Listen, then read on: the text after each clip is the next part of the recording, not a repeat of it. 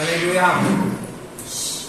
ஒருவரும் சேரக்கூடாத ஒளியில் வாசம் செய்கின்ற பிதாவாகிய தேவனுக்கே மகிமை உண்டாவதாக. பிதாவின் வலது பார்சத்திலிருந்து நமக்காக பரிந்து பேசுகிற எஜமான யெஷுவா ஹமஷியாவுக்கே மகிமை உண்டாவதாக. எஜமான யெஷுவா ஹமஷியாவின் நாமத்தினால எல்லா சகோதர சகோதரிகள், வாலிப பிள்ளைகள் எல்லாருக்கும் ஓய்வு நாள் வாழ்த்துக்கள். ஷபாத் ஷலோம். கர்த்தருடைய கட்டளையின்படி இந்த ஓய்வு நாள் பரிசுத்த சபை கூடுதலை நாம் எல்லோரும் ஜெபம் செய்து ஆரம்பிக்கலாம். அல்லேலூயா.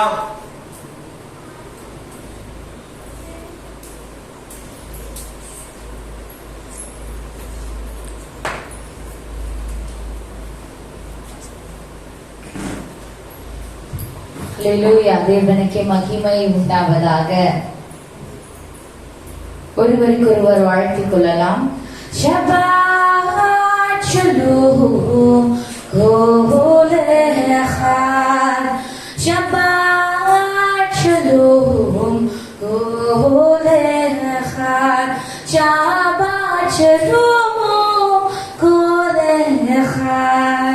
கண்களை மூடி எங்கள் அன்பு நிறைந்த, இரக்கமுள்ள, மகிமை நிறைந்த எங்கள் பரலோகத்தின் பிதாவாகிய தேவனே, ஒருவரும் சேரக்கூடாத ஒளியிலே வாசமாய் இருப்பவரே, எங்களை காண்கிறவரே,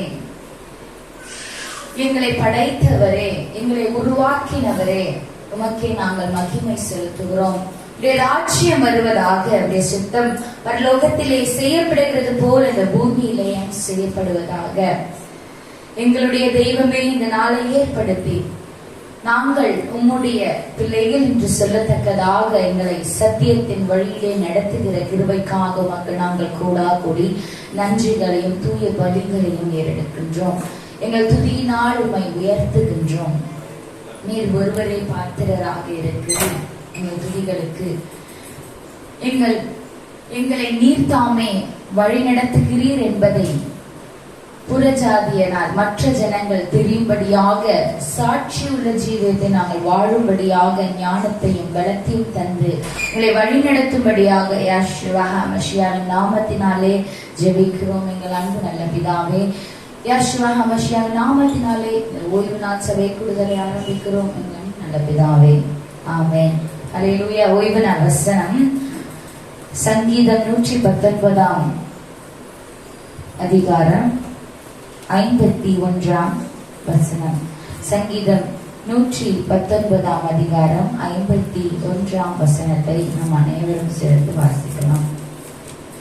அகந்தைக்காரர் என்னை மிகவும் பரியாசம் பண்ணியும் நான் உமது வேதத்தை விட்டு விலகினதில்லை. அகந்தைக்காரர் என்னை மிகவும் பரியாசம் பண்ணியும் நான் உமது வேதத்தை விட்டு விலகினதில்லை. ஆமென். ஹல்லேலூயா. தேவனுக்கே மகிமை உண்டாவதாக. அவரே எப்பொழுதும் துதிக்கு பாத்திரராக இருக்கிறார்.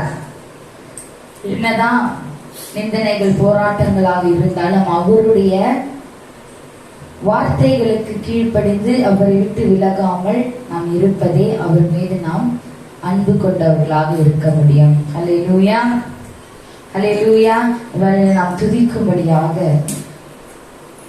முழு இருதயத்தோடு முழு பலத்தோடு அவரை துதிக்கும் நேரத்திலே நேரமாக இருக்கிறது. சங்கீதத்திலே தாவீது இப்படியாக 112 அதிகாரம் 1வது வசனத்திலே இப்படியாக சொல்லியிருக்கிறார். அல்லேலூயா. கர்த்தருக்கு பயந்து அவருடைய கட்டளைகளில் மிகவும் பிரியமாயிருக்கிற மனுஷன் பாக்கியவான். அல்லேலூயா. தாவீது பார்த்தோமே ஆனால் அநேக துன்பத்தோடு சவுலின் காரணமாக அவர் ஓடினார். ஆனாலும் எப்பொழுதும் தேவனை துதிக்க மறவாதவராக இருந்தார். எப்பொழுதும் தேவனை துதித்துக் கொண்டவராகவே இருப்பார். அல்லேலூயா. சங்கீதம் 111 அதிகாரம் 1வது வசனத்திலும் அல்லேலூயா. செம்மையானவர்களுடைய சங்கத்திலும் சபையிலும் கர்த்தரை முழு இருதயத்தோடும் துதிப்பேன் என்று சொல்கிறார். அல்லேலூயா. தேவனுக்கே மகிமை உண்டாவதாக. நாமும் அப்படியாக எந்த சூழ்நிலையாக இருந்தாலும் சரி, உயர்வானாலும் தாழ்வானாலும் சரி, எப்பொழுதும் அல்லேலூயா என்று சொல்லுகிறவர்களாக இருக்க வேண்டும். அதுவே நாம் சாட்சி உள்ளவர்களாக இருக்கும்படியான ஒரு வழி. அல்லேலூயா. யாரும் சென்று சொல்லுவோம் அல்லேலூயா. உயர்வானாலும் சரி தாழ்வானாலும் சரி, எப்பொழுதும் எங்களுடைய தேவனை நோக்கி அல்லேலூயா என்று இந்த வேலையை துதிக்க போகிறோம். ஆமென். அல்லேலூயா. அதுவே இந்த வேலையில நாம் காலையும் மாலையும் அல்லேலூயா என்று ஒரு புதிய பாடலை பாடி இந்த வேலையில துதிக்க போகிறோம். ஆமென்.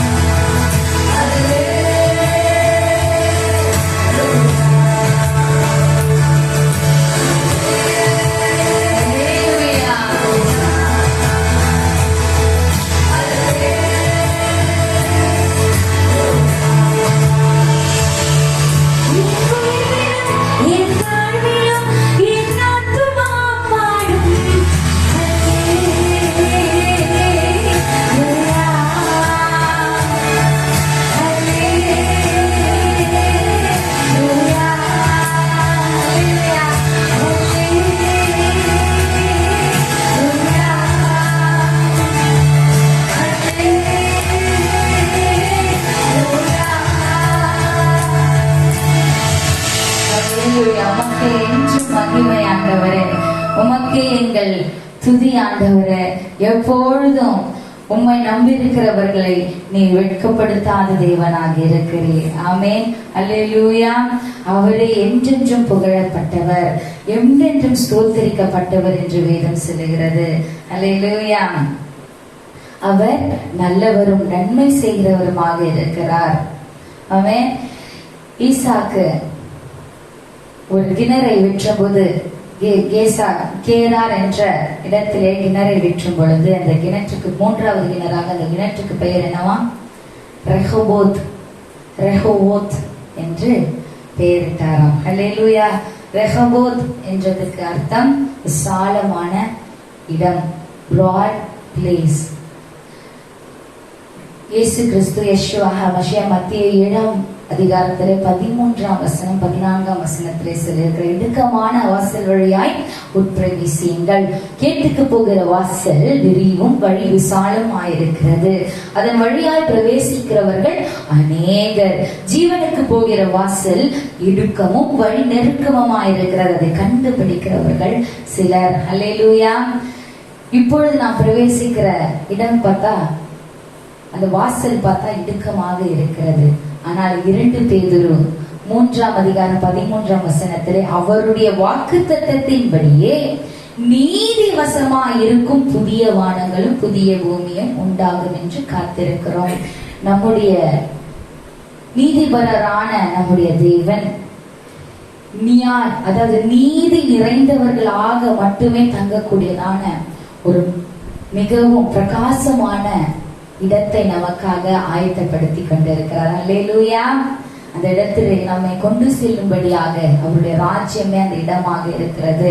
அதற்கு நம்மை தகுதிப்படுத்தி கொண்டிருக்கிறார், ஆயத்தப்படுத்தி கொண்டிருக்கிறார். அந்த இடமே விசாலமாக இருக்கிறது. நாம் இந்த உலகத்தினுடைய இடுக்கமான வாசல் வழியாக பிரவேசித்து தேவனுடைய நீதியும் கிருபையும் இருக்கிற அந்த விசாலமான பிரகாசமான இடத்திற்கு நாம் செல்ல போகிறோம். அல்லேலூயா. தேவனுக்கே மகிமை உண்டாவதாக. ஆகவே ரெகோபோத் என் வாக்குத்தத்தமே, இழந்ததெல்லாம் திரும்ப வருகிறே, முந்தின சீரை பார்க்கிலும் நற்சீரை எனக்கு அள்ளி தந்தீரே என்று இந்த வேளையில் நாம் துதிக்க போகிறோம். ஆமென். அல்லேலூயா. தகப்பனே உமக்கு நன்றி செலுத்துகிறோம். வாக்கு பண்ணினவர் உங்களை அழைத்து செலுத்திக் கொண்டிருக்கிறேன். ஆமென்.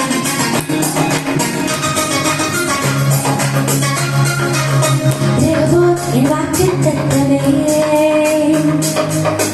இழந்ததெல்லாம் திரும்ப வருகிறே, முந்தின செய்தி பார்க்கிறோம் நற்சீரை எனக்கு தந்திரே.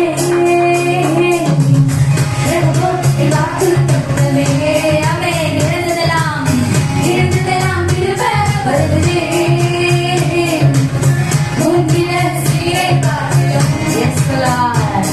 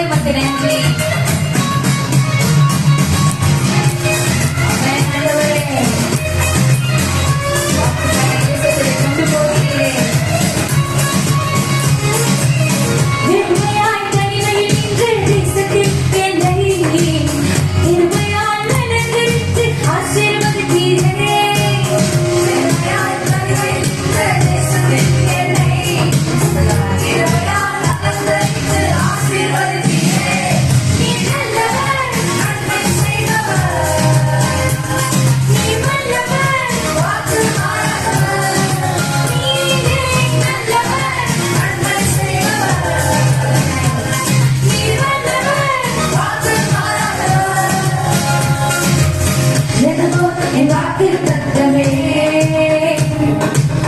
இருந்ததெல்லாம் திரும்ப வருகிறே முந்தின சீரை பார்க்கிறோம் நற்சீரை எனக்கு தந்திரே நீ நல்லவர் நன்மை செய்பவர் நீ உள்ளவர் வாக்கு மாறாதவர் நீரே நல்லவர் நன்மை செய்பவர் நீ உள்ளவர் வாக்கு மாறாதவர் யேசுவாய் நல்லவர் நன்மை செய்பவர் நீ உள்ளவர் வாக்கு மாறாதவர் நீரே நல்லவர் நன்மை செய்பவர் நீ உள்ளவர் வாக்கு மாறாதவர்.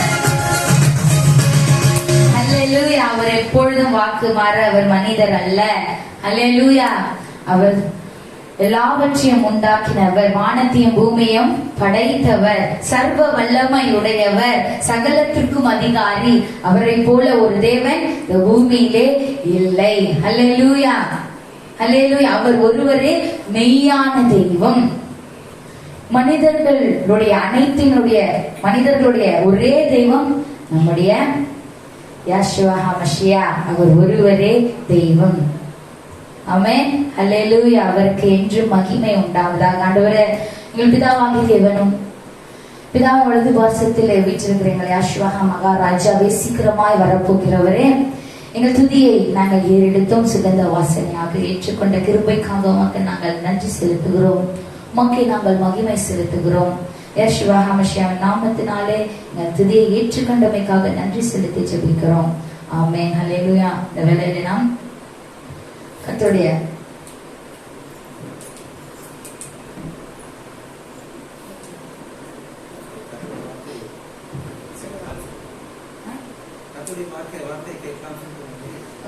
இந்த வேளையில கர்த்தருடைய வார்த்தையை கேட்க காதுகளை திறந்து உள்ளவர்களாக தேவனிடத்தில் வேண்டிக் கொள்வோம். அல்லேலூயா.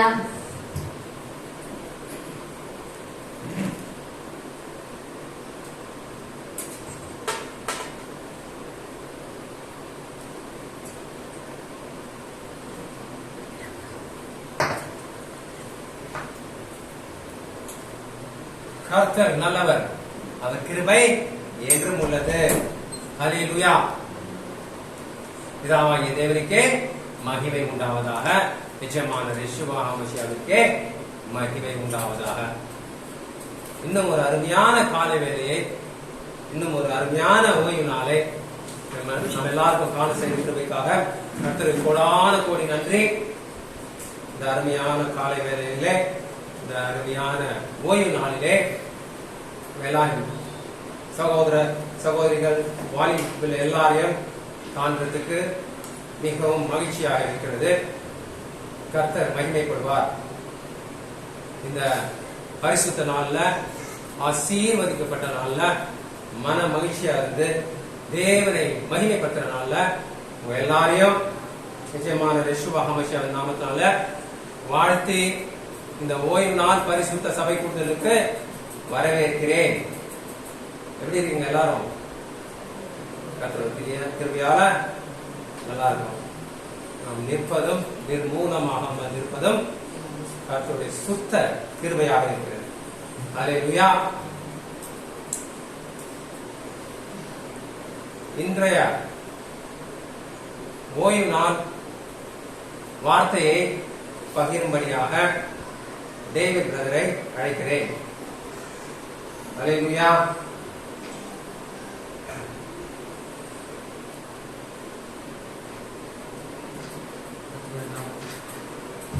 கர்த்தருடைய நாமத்துக்கு மகிமை உண்டாவதாக.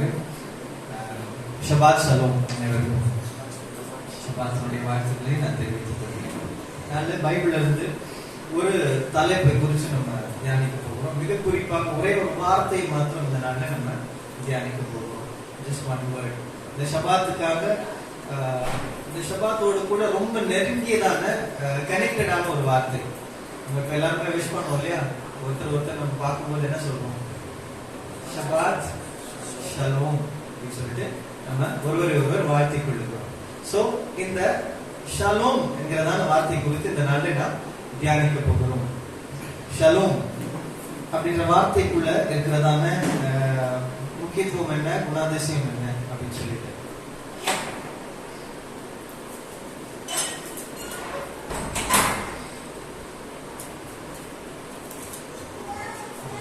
நமக்கு அந்த பிக்சர் அனுப்பியிருக்கேன். ஷலோம் அப்படிங்கிறதான எழுத்தினுடைய எபிரேய வார்த்தை எழுத்துக்கள். ஸோ நம்ம இந்த வார்த்தை குறித்து இன்னைக்கு கொஞ்சம் நல்லா டீப்பா தியானிக்க போகிறோம். எபிரேயம் சார்ந்து எபிரேய லெட்டர்ஸ் நம்ம கொஞ்சம் மெடிடேட் பண்ண போகிறோம். Hebrew letters. ஓகே, நம்ம எல்லாம் கொஞ்சம் கொஞ்சமா வளர்ந்துட்டே வரும் இல்லையா? we are getting matured. So கொஞ்சம் கொஞ்சமா சத்தான ஆகாரத்தை நம்ம ஒன்று கர்த்தருடைய வார்த்தையில பலப்பட போகிறோம். ஆமென், ஆமென். ஓகே, பைபிள்ல அதாவது நம்முடைய வேதாகமத்துல இந்த ஷலோம் என்கிறதான வார்த்தை 420 முறை மென்ஷன் பண்ணப்பட்டிருக்கு. பைபிள்ல முழுசுமே சமாதானம் சொல்லப்படுகிற எங்கெங்கெல்லாம் சமாதானம் வார்த்தை வருதோ அந்த எல்லா இடத்துலயும் பாத்தீங்கன்னா ஷலோம் என்கிற இந்த வார்த்தை மென்ஷன் பண்ணப்பட்டிருக்கிறது. அது மாத்திரமல்ல, மிக முக்கியமாக நம்ம சொல்றோம் இல்லையா, ஒரு கூடுகை முடிந்த பிறகு என்ன சொல்லுவாங்க, ஆரோனிக் பிளஸிங் சொல்லுவாங்க இல்லையா? உங்களை ஆசீர்வதித்து உங்களை காக்க கடவர், கர்த்தருடைய முகத்தை உங்கள் மேல் பிரகாசிக்கப்படி உங்கள் மேல் கிருபையாகி கடவர், கர்த்தர் தம்முடைய முகத்தை உங்கள் மேல் பிரசன்னமாக்கி உங்களுக்கு சமாதானத்தை கட்டளையிட கடவர், ஷலோமை கட்டளையிட கடவர். சோ இந்த ஆரோனிக் பிளஸிங் எதுல முடியுதுன்னா இந்த ஷலோம்ல முடிக்கிறதை நம்ம பார்க்கிறோம். ஓகே, அது மாத்திரமல்ல, யெஷுவா இந்த உலகத்துல பிறந்த போது பாத்தீங்கன்னா தேவதூதர்கள் பூமியில வந்து என்ன பண்ணாங்களாம், ஒரு அழகான ஒரு பாடலை பாடினார்களாம். உன்னதத்துல தேவ மகிமையும் பூமியில சமாதானமும் மனுஷன் மேல பிரியமும் உண்டாவதாக. இப்ப பூமியில சமாதானத்தை கொண்டு வரும்படியாக ஆண்டவர் என்ன பண்றாரு, யெஷுவா வந்தார். சோ அந்த தருணத்துல தேவதூதர்கள் என்ன சொல்றாங்க, பூமியில சமாதானம் உண்டாவதாக அப்படின்னு சொல்லிட்டு அவங்க எல்லாம் சேர்ந்து பாட்டு பாடுறாங்க. ஓகே, இதெல்லாத்தையும் தாண்டியும் பைபிளை நம்ம பார்க்கிறோம். லூக்கா 10ஆம் அதிகாரம் 5ஆம் வசனத்துல இயேசு தங்களுடைய சீஷர்களுக்கு கட்டளை எடுக்கிறார். அதாவது என்ன சொல்றாருன்னா, ஊழியத்துக்கு அவங்க போகும்போது ஒவ்வொரு வீட்டுக்குள்ளே அவங்க நுழையும் போது ஆண்டவர் என்ன சொல்றாரு, யெஷுவா என்ன சொல்றாரு, அந்த வீட்டுக்கு சமாதானத்தை கட்டளையிடும்படியாக சொல்லுகிறார். சோ ஒரு வீட்டுக்குள்ள நுழைஞ்ச உடனே ஃபர்ஸ்ட் நம்ம என்ன சொல்லணுமா, சமாதானம் உண்டாவதாக அப்படின்னு சொல்லிட்டு நம்ம அந்த வீட்டை நம்ம பிளஸ் பண்ணணும், அந்த வீட்டுல சமாதானம் உண்டாகணும். இது ஏன் ஆண்டவர் சொல்றாரு, இதே ஒரு ரொம்ப இம்பார்ட்டன்டான ஒரு விஷயமா யெஷுவா நமக்கு இந்த காரியத்தை கற்பிக்கிறார். இந்த யெஷுவா சொல்றது மாத்திரமல்ல, அவருமே என்ன பண்றாரு, செய்கிறார். உயிர்த்தெழுந்த பிறகு என்ன பண்றாங்க, சீஷர்கள்லாம் பயந்து போயிருக்காங்க. ஏன்னா கல்லறையில போய் பார்த்தாக்கா அவருடைய சரீரம் கல்லறையில இல்ல. சோ எல்லாருமே ரொம்ப பதட்டத்துல இருக்காங்க. அப்போ அந்த ரோம சாம்ராஜ்யத்தினுடைய அதிபதி என்ன சொல்றாங்க, உங்க சீஷருக்கு தான் என்ன பண்ணிட்டாங்க, கல்லறையில இருந்து அவங்களுடைய சரீரத்தை என்ன பண்ணிட்டாங்க, திருடிட்டாங்க, அவர் உயிர் தெழுந்தாருன்னு சொல்லிட்டு இப்ப சொல்லிட்டு இவங்க அது பயந்து இவங்களெல்லாம் பிடிச்சிட போறாங்கன்னு எல்லாம் என்ன பண்றாங்க, ஒரு வீட்டுல கதவெல்லாம் பூட்டிட்டு உள்ள பயந்து நடிக்கிட்டு இருக்காங்க. சோ அவங்க பயத்தோடு கூட இருக்கிறதான அந்த நேரத்துல அந்த வீட்டுக்குள்ள வந்து யெஷுவா என்ன சொல்றாங்க, உங்களுக்கு சமாதானம் உண்டாக கிடையாதா. அவர் நுழைஞ்ச முதல் சொல்ற வார்த்தை என்னது, ஷலோம். அவரை பார்த்த உடனே என்ன ஆச்சு, அவங்களுக்குள்ள இருந்ததான பயம் எல்லாம், கலக்கம், குழப்பம் எல்லாமே நீங்கி போயிடுச்சு. அதுக்கு முன்னாடி வரைக்கும் ஒரு குழப்பம் இருந்தது அவங்களுக்கு. என்ன ஆச்சு, யெஷுவாவுடைய சரீரம் இல்லையே, அவர் அந்த இடத்துல இல்லையே. போன முறை நம்ம தியானிக்கும் போது அந்த அடையாளத்தை என்ன பண்ணாரு யெஷுவா, நமக்கு அந்த கல்லறையில வைத்து போனாருன்னு சொல்லிட்டு பார்த்தோம். அந்த சீட்டை மடிச்சு கரெக்டா அவர் இல்ல, வெளியே போயிருக்காரு, திரும்ப வருவாருன்ற அடையாளத்தை வைத்து போனாருன்னு சொல்லிட்டு நம்ம பார்த்தோம். சோ யெஷுவா திரும்ப அவர் மத்தியில வந்து என்ன பண்றாரு, ஷலோம் என்று சொல்லி சொல்றாரு. ஓகே, சோ இந்த ஷலோம் என்ற வார்த்தையினுடைய பிப்ளிக்கல் இம்பார்ட்டன்ஸ் நம்ம பார்க்கிறதுக்கு முன்னாடி இந்த வார்த்தை ஒரு கிரீட்டிங் வேர்ட்ஸா இன்றைக்கும் இஸ்ரேல் என்ன பண்ணப்படுகிறது, பயன்படுத்தப்படுகிறது. நம்ம எல்லாம் ரொம்ப நாள் கழிச்சு பார்க்கும்போது முதல்ல என்ன கேட்போம், கை கொடுத்து ஹலோ, ஹவ் ஆர் யூ, எப்படி இருக்கீங்க, வீட்டுல எல்லாம் நலமா, சாப்பிட்டீங்களா, உடல் நலம் எப்படி இருக்கு, இப்படிதான் கேட்போம். ஆனா அவங்க கிரீட் பண்ற விதம் என்னன்னா மாஷ்லோம்கா அப்படின்வாங்க. மாஷ்லோம்கான்னா உங்களுக்கு சமாதானம் உண்டாவதாக. இல்ல ஐம் சாரி, மாஷ்லோம்கா அப்படின்னு சொல்லும் போது how are you அப்படின்னு அர்த்தம். how is your peace ன்னு அர்த்தம். சரிங்களா? அவங்க நீங்க எப்படி இருக்கீங்கன்னு கேட்க மாட்டாங்க, உங்களுடைய சமாதானம் எப்படி இருக்கிறது, உங்க குடும்பத்திலும் உங்களுடைய வாழ்க்கையிலும் உங்களுடைய எல்லா காரியத்திலும் தேவனுடைய சமாதானம் எப்படி இருக்கிறது அப்படின்னு கேட்பாங்க.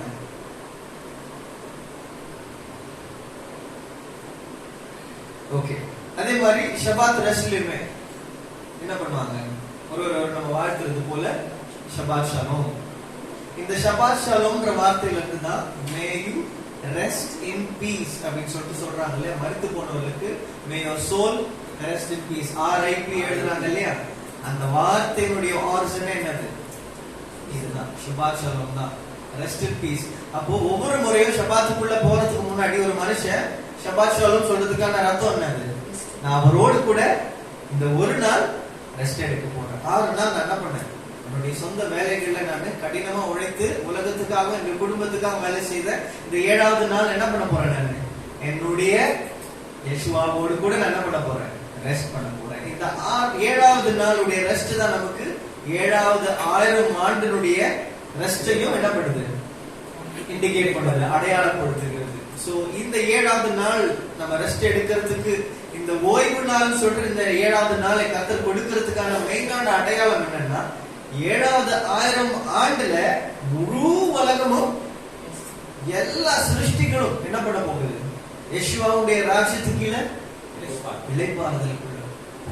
இப்ப நம்ம கடினமா உழைக்க வேண்டிய அவசியம், ரத்தம் வேர்வை சிந்தி தான் நம்ம இன்றைக்கு ஒவ்வொரு நாளும் சாப்பிடக்கூடிய ஒரு சூழ்நிலையா இருக்கிறது. இந்த 6000 வருடங்கள் இதெல்லாம் முடிஞ்சு யெஷுவாவுடைய வருகை வரப்போ பூமி அதனுடைய பலனை கொடுக்கும்.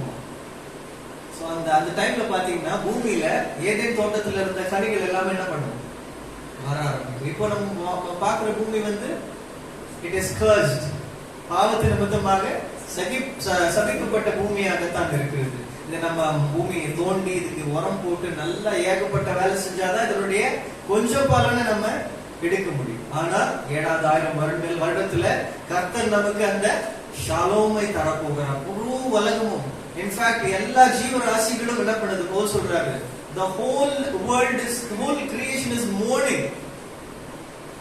இந்த நாளுக்காக என்ன பண்ணுதா, வெயிட் பண்ணி கொண்டிருக்காங்க. ஓகே, இந்த ஷலோம் என்கிற வார்த்தையில 4 எபிரேய வார்த்தைகள் இருக்குது. முதல் லெட்டர் என்னன்னு பாத்தீங்கன்னா ஷீன்.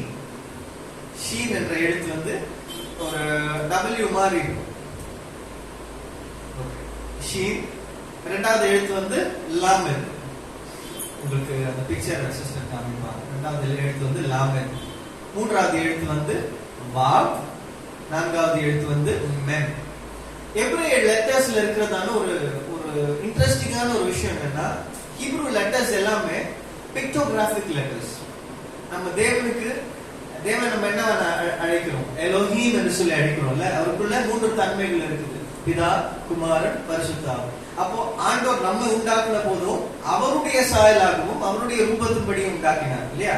சோ நமக்குள்ள என்ன இருக்கு, 3 தன்மைகள் இருக்கிறது, சரீரம், ஆத்துமா, ஆவி. சோ அவர் சாயலிலே நம்ம என்ன பண்ணப்பட்டோம், உருவாக்கப்பட்டோம். அதே போல கர்த்தர் நம்முடைய வேதத்தை கொடுக்கும் போதும் அவருடைய சொந்த வார்த்தையை கொடுக்கும் போதும் அந்த வார்த்தைக்குள்ள என்னவா இருக்கு, 3 சாயல்கள் இருக்கு. ஹீப்ரூவை படிக்கும் போது ஹீப்ரூவை என்ன மாதிரி நம்ம தியானிக்கலாம்னா 3 டைமென்ஷன்ஸ்ல தியானிக்கலாம். எபிரேயத்துல எழுத்துக்கள் இருக்கிறது. எல்லாம் சொல்லுங்க, எழுத்துக்கள். ஒவ்வொரு எழுத்துக்களுக்கும் பின்னாடி ஒரு பிக்சர் இருக்கு, பிக்டோகிராஃபிக் லெட்டர்ஸ். நீங்க எல்லாம் சயின்ஸ்ல படிச்சிருப்பீங்க, ஈஜிப்சியன் பிரமிட்ஸ்ல எல்லாம் என்ன இருக்கும், ஹைரோகிராஃபிக் லெட்டர்ஸ் இருக்கும். அதாவது எழுத்துக்கள் கிடையாது, பிக்சர்ஸ் மாதிரி இருக்கும், ஒரு மனுஷன் நின்று அப்படிங்கிற மாதிரி, இந்த மாதிரி நிறைய. இதெல்லாம் தான் அவங்களுடைய எழுத்துக்கள், இதுதான் பிக்டோகிராஃபிக் லெட்டர்ஸ். அந்த எகிப்திய லெட்டர்கள்லாம் வரத்துக்கு முன்னாடியே எபிரேய மொழியில என்ன இருந்தது, இந்த பிக்டோகிராஃபிக் லெட்டர்ஸ் இருந்தது. ஒவ்வொரு எழுத்துக்கு பின்னாடி ஒரு பிக்சர் இருக்குது, நீங்க நினைவு வைத்துக்கொள்ளணும். அதே மாதிரி ஒவ்வொரு எழுத்துக்கும் ஒவ்வொரு நம்பர்ஸ் இருக்கு. ஒவ்வொரு எழுத்து தான் ஒரு நம்பர். நான் ஏற்கனவே சொன்னது போல ஆலஸ் அப்படின்ற முதல் எழுத்து தான் என்னது, நம்பர் 1. பெத் என்றதான இரண்டாவது எழுத்து நம்பர் 2. கிமல் என்றதான மூன்றாவது எழுத்து நம்பர் 3. சோ ஒவ்வொரு ஆல்பபெட்டும் ஒரு நம்பரை குறிக்குது. அப்போ ஒரு வசனத்தினுடைய ஒரு வார்த்தையை எடுத்துக்கிட்டா போதும், அந்த வார்த்தையில இருக்க ஒரு எழுத்தை நம்ம முதல்ல எழுத்தா பார்க்கலாம், அதுக்கப்புறமா அதோடைய பிக்சரா பார்க்கலாம், அதுக்கு பின்னாடி இருக்கிறதான அதோடைய நம்பராகவும் என்ன பண்ணலாம் நம்ம பார்க்கலாம். அப்போ 3 விதமா 3 லேயர்ஸ்ல இருக்கிறதான ஆழமான சத்தியங்களை ஆண்டவர் என்ன பண்ணிருக்காரு நம்முடைய பைபிள்ல நமக்கு எழுதி வைத்திருக்கிறார். So Bible is a very very deep coding language. இன்னைக்கு கம்ப்யூட்டர்ல கோடிங்ஸ் எல்லாம் படிக்கிறாங்க. இந்த கம்ப்யூட்டர் எல்லாம் உருவாக்கப்படுவதற்கு முன்பதாகவே வேதாகமத்தை ஆண்டவர் என்ன பண்ணிருக்காரு நமக்கு கோடிங்கா நமக்கு என்ன பண்ணிருக்காரு எழுதி கொடுத்திருக்காரு. சோ இத நம்ம வாசிக்கிறது மாத்திரம் அல்ல, பைபிள்ல ஏதாவது ஒரு இடத்துல நம்ம பைபிள் வாசிக்கணும்னு போட்டிருக்கா? நீங்க எல்லாம் பைபிள் வாசிங்க அப்படின்னு போட்டிருக்கேன் ஏதாவது ஒரு இடத்துல. அப்ப ஏன் நம்ம வாசிக்கணும்? அப்பா ஐயோ அப்ப இன்னும் பைபிள் வாசிக்க வேண்டாம்ப்பா அப்படின்னு யோசிக்கிறீங்களா? இல்ல, பைபிளை வாசிக்க சொல்லி போட்டு இல்ல, ஆனா பைபிளை தியானிக்க வேண்டும் என்று சொல்லி போட்டு. ஒரு இடத்துலயுமே பைபிளை வாசிங்கன்னு போட்டு இல்ல. சங்கீதம் 1ஆம் அதிகாரம் 1ஆம் வசனத்துல என்ன? துன்மார்க்கருடைய வழியில் நில்லாமலும் துன்மார்க்கருடைய ஆலோசனை நடவாமலும் பாவியுடைய வழியில் நில்லாமலும் பரியாசக்காரர் உட்காரும் இடத்தில் உட்காரங்களும் கர்த்தருடைய வேதத்தில் பிரியமாயிருந்து இரவும் பகலும் அதில் தியானமாயிருக்கிற மனுஷன் பாக்கியவான். உலகத்திலேயே எந்த புக்கு வாசிச்சாலும் ஈஸியா புரிஞ்சிடும். ஆனா இந்த ஒரு புக்கு மாத்திரமா என்ன பண்ண முடியாது. ஒரு மனுஷனால ஒரு கதை புக்கு போய் வாசிக்க முடியும். உலகத்துல நிறைய புக் இருக்கு, பெஸ்ட் செல்லிங் புக்ஸ் நிறைய எல்லாம் இருக்கு. அதெல்லாம் ஒரு முறை வாசிச்சா போதும், நமக்கு புரிஞ்சிடும். ஆனா பைபிள்ல எந்த ஒரு மனுஷனும் ஒரு முறை வாசிச்சு புரிஞ்சவங்க கிடையாது. ஏன்னா இதை வாசித்து புரிந்து கொள்ளக்கூடியதான புத்தகம் கிடையாது. இது என்ன புத்தகம்?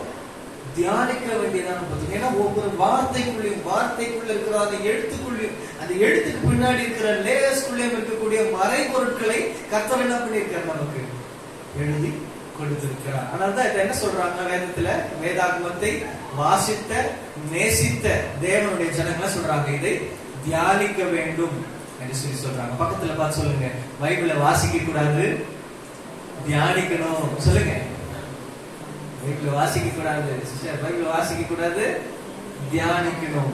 Okay, good. ஓகே, நான் இந்த 4 எழுத்துக்கள் சொன்னேன், ஷலோம் இருக்கக்கூடிய இந்த 4 எழுத்துக்கள். முதல் எழுத்து ஷீன். ஷீன் ஏறக்கூடிய மாதிரி இருக்கும், ஆனா இந்த W மாதிரி இருக்கும். இந்த ஷீனுடைய பிக்சர் என்னன்னு பாத்தீங்கன்னா பற்கள். இது W மாதிரி வந்தாக்கா இது என்ன அர்த்தம்? முன்னாடி இருக்கிற 2 பல் இருக்கு இல்லையா, அதை குறிக்கக்கூடியதான ஒரு காரியமா இருக்கு. சோ ஷீன் எதை குறிக்குது? பற்களை குறிக்குது. நல்லா கவனிச்சுக்கோங்க, ஒவ்வொரு எழுத்தினுடைய பிக்சர் நான் சொல்றேன். ஷீன் வந்து பற்களை குறிக்கக்கூடியதா இருக்கு. இரண்டாவது எழுத்து லாமெத். லாமெத்னா என்னது? செங்கோல், அதிகாரம், அத்தாரிட்டி. ஒரு ராஜாவுக்கு என்ன சொல்ல என்ன கொடுக்கப்படும் அந்த காலத்துல? அவங்களுக்குன்னு ஒரு செங்கோல் கொடுக்கப்படும். அந்த செங்கோல் என்ன குறிக்குதுன்னா அவங்களோட இந்த தேசத்தினுடைய அதிகாரத்தை குறிக்கக்கூடியதா இருக்கு. அப்புறமா மூன்றாவது எழுத்து என்னன்னா வாவ். வாவ் என்றதான எழுத்து என்னன்னா ஆணி. இந்த வாவுடைய பிக்சர் என்னன்னாக்கா நெய். ஆணியினுடைய அர்த்தம் என்னது? ஆணி எதுக்காக யூஸ் பண்ணுவோம்?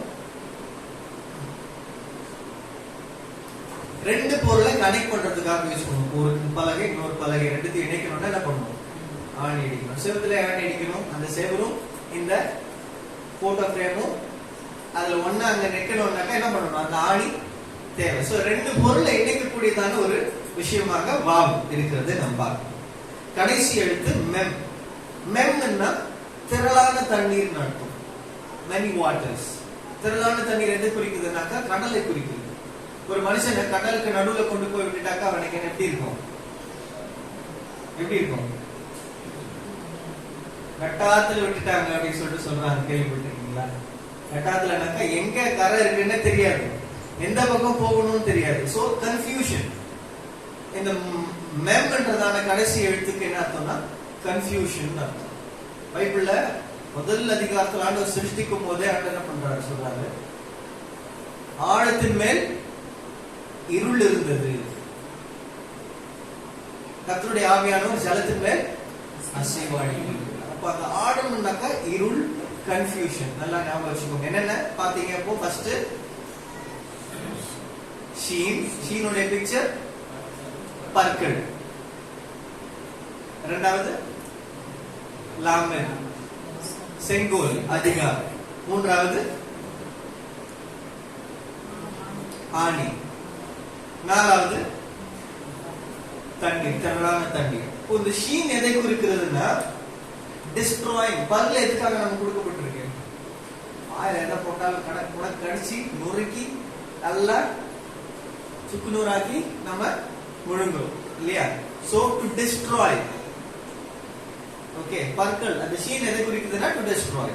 இரண்டாவது லாமத் எதை குறிக்குது? ஏற்கனவே சொன்னேன், அதிகாரம், அத்தாரிட்டி. மூன்றாவது பாப் எதை குறிக்கிறதுனா கனெக்ஷன் குறிக்குது. நான்காவது மெம் எதை குறிக்குதுன்னா கன்ஃபியூஷன் ஆர் டார்க்னஸ்.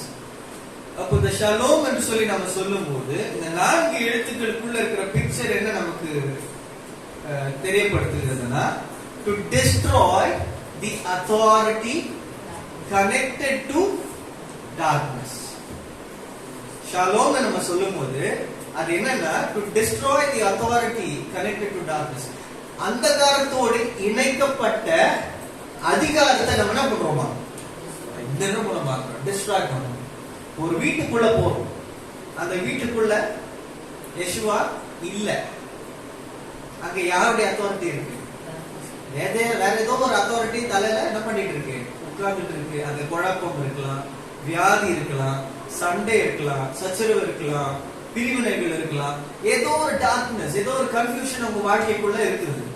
யெஷுவா என்ன பண்றாரு? அவங்க சீஷர்கள் என்ன பண்றாரு? வீடுகளுக்கு அனுப்புறாரு. நீங்க உள்ள போன உடனே என்ன பண்ணணும்? முதல்ல அந்த அத்தாரிட்டி அடிக்கணும்ன்றாரு. ஷலோம் நம்ம சொல்லும்போது அந்த வீட்டின் மேல இருக்கிற அதிகாரத்தை என்ன பண்றோம்? டிஸ்ட்ராய் பண்றோம். அப்போ the darkness டிஸ்ட்ராய் ஆகும்போது என்ன நடக்கிறது?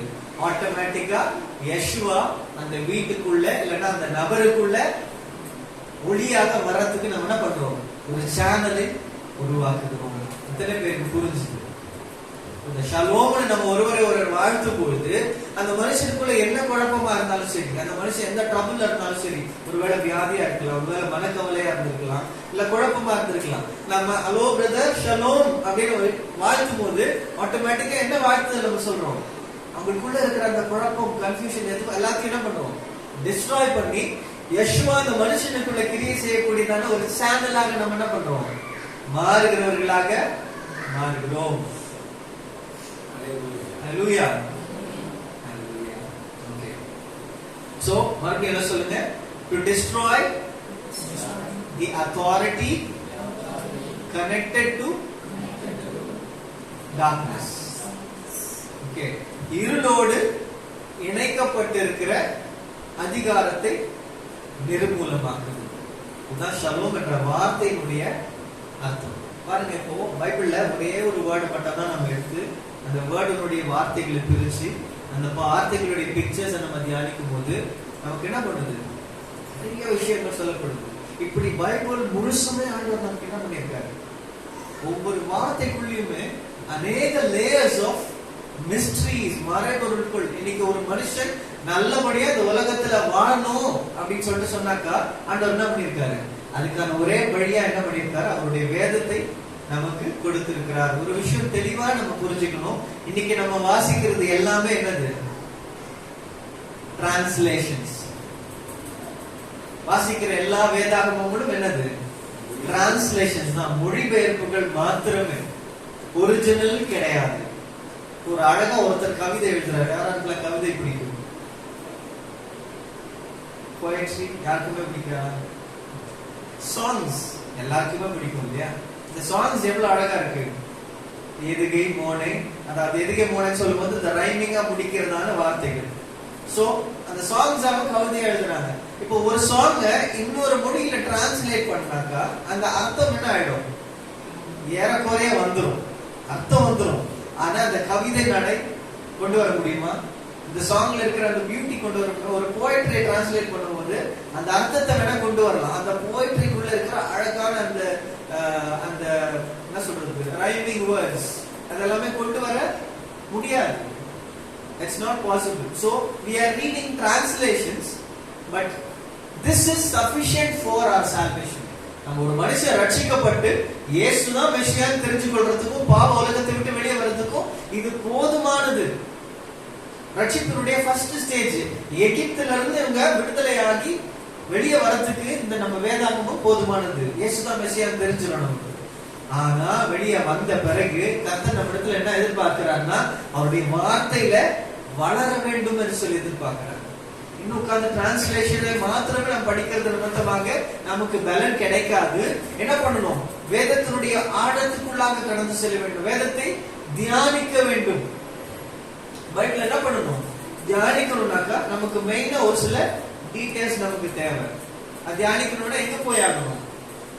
ஒரிஜினல் டெக்ஸ்டுக்கு. ஆண்டவர் வேதாகமத்தை நமக்கு ஒரிஜினல் பாஷையில எப்படி எழுதி கொடுத்திருக்கிறாரோ அந்த பாஷைகளை தெரிந்து கொள்வதற்கு நாம் கடந்து செல்ல வேண்டியது அவசியமா இருக்கு. உலகத்துல எத்தனையோ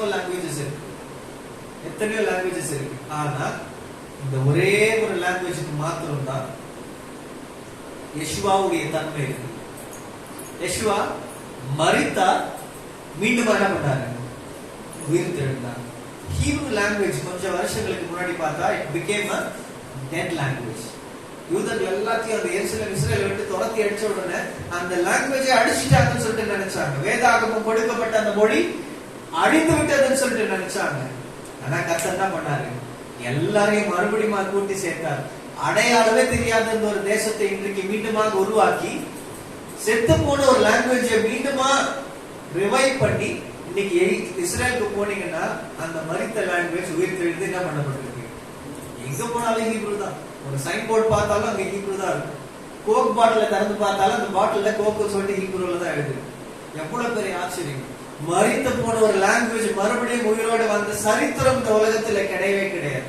ஆனா கர்த்தருடைய வேதாகமத்தை கர்த்தர் கொடுத்திருக்கிறது நிமித்தமாக இந்த மொழியை மீண்டுமாக என்ன பண்ணிருக்கார்? நமக்கு உயிர்ப்பித்து கொடுத்திருக்கிறார். ஓகே, நம்ம மீண்டுமா நம்முடைய இந்த தலைப்புக்கு நேராக நம்ம கடந்து சொல்லுவோம். இன்னும் சில நாட்கள்ல நம்ம என்ன பண்ணலாம்? இந்த மொழியை சார்ந்த இந்த ஒவ்வொரு லெட்டர்ஸையும் நம்ம ட்ரை டு லேர்ன். இந்த லெட்டர்ஸ் உடைய பிக்சர்ஸ் எல்லாம் என்னன்றத we will try to do. Okay, இந்த 4 எழுத்துக்கள் சொன்னேன் இல்லையா? Shin, lamed, vav, mem. இந்த 4 எழுத்துக்கள்ல ஒரு முக்கியமான எழுத்து, அது ரொம்ப டீப்பான ஒரு எழுத்து. அந்த எழுத்து யாரை குறிக்கிறதுனா மெசியாவை குறிக்கக்கூடியதா. எல்லா எழுத்துக்களும் மெசியாவை குறிக்கிறது தான். 22 எபிரேய எழுத்துக்களும் மெசியாவை குறிக்கிறது. அதனால தான் வெளிப்படுத்துற விசேஷத்துல யேசுவா என்ன சொல்றார்? நானே ஆலஃபும் டவுமா இருக்கிறேன். இந்த ஆலஃபும் டவுமா இருக்கிறேன் டிரான்ஸ்லேட் பண்ணி தான் நமக்கு பைபிள் என்ன சொல்லப்பட்டிருக்கு? அல்பாவும் ஆல்பான்றது கிரேக்க மொழியினுடைய முதல் லெட்டர், ஒமேகான்றது கிரேக்க மொழியினுடைய கடைசி லெட்டர். ஆனா பைபிள் கொடுக்கப்பட்டது என்ன லாங்குவேஜ்? யேசுவா பேசுறது என்ன language? So Yeshua alpha omega சொல்லிருக்க மாட்டாரு. என்ன சொல்லிருப்பாரு? அலஃப் அண்ட் டவ்வா இருக்கிறேன்னு சொல்லியிருப்பார். அப்ப இந்த 22 எழுத்துக்களும் யாரை குறிக்கிறது? யெஷுவாவை குறிக்கிறது, யெஷுவாவுடைய குணாதிசயங்களை குறிக்கிறது. அப்ப அந்த ஒவ்வொரு எழுத்தையும் நம்ம இன்னைக்கு வருகிற காலங்களில் மெடிடேட் பண்ணும்போது அந்த எழுத்துக்கள் யாரை நமக்கு காண்பிக்கிறதுனா யெஷுவாவை காண்பிக்கிறதா இருக்கிறது. இதுல மிக முக்கியமாக ஒரு எழுத்து என்னன்னு பாத்தீங்கன்னா வாவ் என்று சொல்லப்படுகிறதான எழுத்து. இந்த வாவ் எப்படி இருக்கும்னாக்கா ஒரு ஆணியை போல இருக்கும். இப்படி இப்படி இருக்கும். நமக்கு ஆணி எப்படி இருக்கும்? நேரா இங்க ஒரு சர்க்கிள் இருக்கும். அந்த காலத்துல எப்படி இருக்கும்னாக்கா எல் ஷேப்ல இருக்கும். இப்படி இருக்கும், கட்ட மாதிரி இருக்கும். ஓகே, இந்த வாவ் என்கிறதான எழுத்து ஆதியாகமம் 1ஆம் அதிகாரம் 1ஆம் வசனத்துல நம்ம வாசிக்கும் போது, in the beginning God created heavens and earth. அப்படின்னு பார்த்தோம். எபிரேய வார்த்தையில் இருக்கிற எல்லா எழுத்துக்களும் நமக்கு டிரான்ஸ்லேட் ஆகி கொடுக்கப்பட்டிருக்கு. ஆனா ஒரே ஒரு வார்த்தையை தவிர, பெரிஷித், பாரா, எலோஹிம், எத், ஹஷமாயிம், வெஎத், ஹாஆரெட்ஸ். இந்த எட் என்ற வார்த்தை பைபிள்ல நிறைய இடத்துல கொடுக்கப்பட்டிருக்கு. எட்னா அர்த்தம் அலஃப் டவ். எபிரேயத்தினுடைய முதல் எழுத்து, கடைசி எழுத்து எட். எங்கெங்கெல்லாம் இந்த எட் என்ற வார்த்தை சொல்லப்பட்டிருக்கோ அந்த எட் என்று சொல்லப்படுகிற ஒரு இடத்துல அந்த டிரான்ஸ்லேஷன் நமக்கு அந்த வார்த்தை மொழிபெயர்க்கப்படவே இல்லை. அந்த வேர்டு மொழிபெயர்க்கப்படவே இல்லை. அந்த எட் என்ற வார்த்தை எதை குறிக்கிறதுனா மெசியாவை குறிக்கக்கூடியதான ஒரு வார்த்தையா இருக்குது. Okay, Bereshit, in the beginning, bara, created, Elohim, God. Et hashamayim, heavens. Ve et haaretz, earth. Heavens ன்னு சொல்ற வார்த்தைக்கு முன்னாடி et என்ற வார்த்தை வருகிறது. And earth ன்னு சொல்றதுக்கு முன்னாடி et என்ற வார்த்தை வருகிறது. இரண்டாவது சொல்லப்படுகிற வார்த்தைக்கு முன்னாடி வர எட்டுக்கு முன்னாடி ஒரு வாவ் ஆட் பண்ணப்பட்டிருக்கு. இந்த வாவ் எதை குறிக்குதுன்னா, in the beginning God created heavens and earth. இந்த வாவ் என்ற வார்த்தை இணைக்கும் சொல். வே அப்படின்னு சொல்லும்போது and சொல்லி அர்த்தம் ஹீப்ரூ லாங்குவேஜ்ல. அனி, வே, அச்சா. அனினா நான் அர்த்தம், வே அச்சானா நான், ஐ அண்ட் யூ அப்படின்னா. சோ இங்க என்ன முதல் வசனத்துல என்ன கனெக்ட் பண்ணப்படுதுன்னா, heavens and earth. இப்போ வானத்தையும் பூமியையும் என்ன பண்றாரு, கனெக்ட் பண்ணக்கூடிய வார்த்தையாக இந்த வா இருக்கிறதுன்னு சொல்லிட்டு ஆதியாகமம் 1ஆம் அதிகாரம் 1ஆம் வசனத்துல நம்ம பார்க்கணும். அதே மாதிரி ஆதியாகமம் 2ஆம் அதிகாரம் 4ஆம் வசனத்துல பார்க்கும்போது வசனம் வாசிங்க.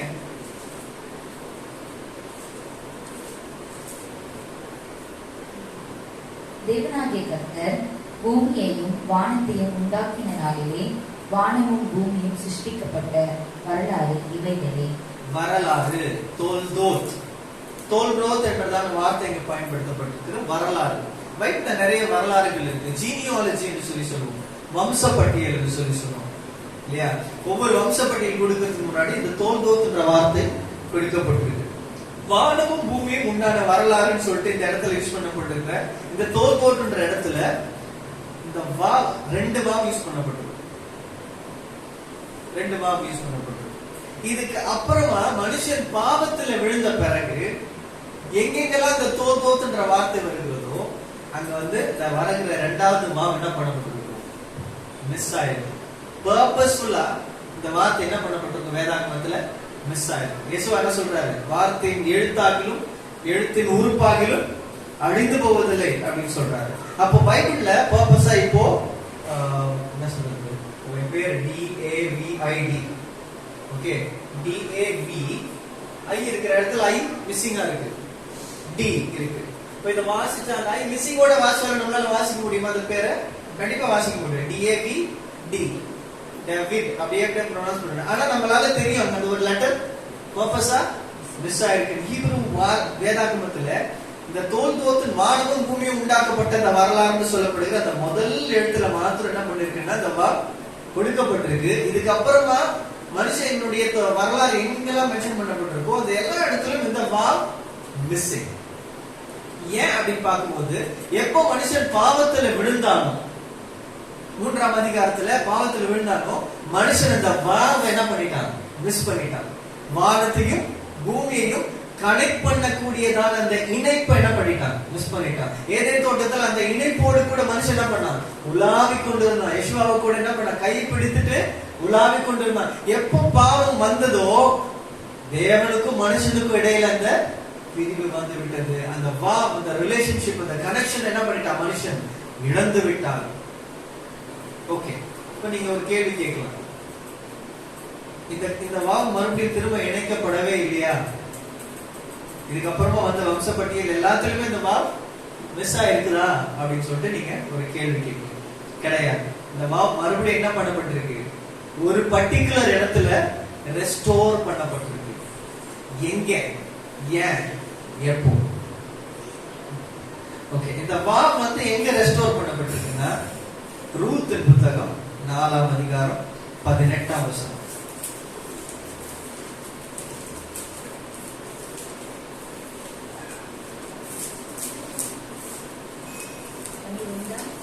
ரூத்தின் புத்தகம் 4ஆம் அதிகாரம் 18ஆம் வசனம்.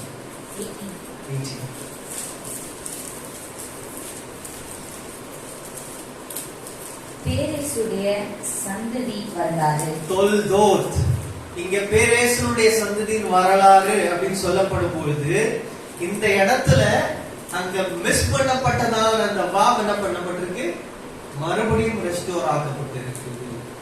இது யாரை பத்தி சொல்லும் போது இந்த வரலாறு வருகிறது? பேரேஸ் யாரு? தாமாரினுடைய மகன். அங்க சொல்லி கரெக்டா யாரோட கனெக்ட் ஆகுதுன்னா ரூத் போவாஸ், இவங்களோட கனெக்ட் ஆகுது. ரூத் போவாஸ் யாரு?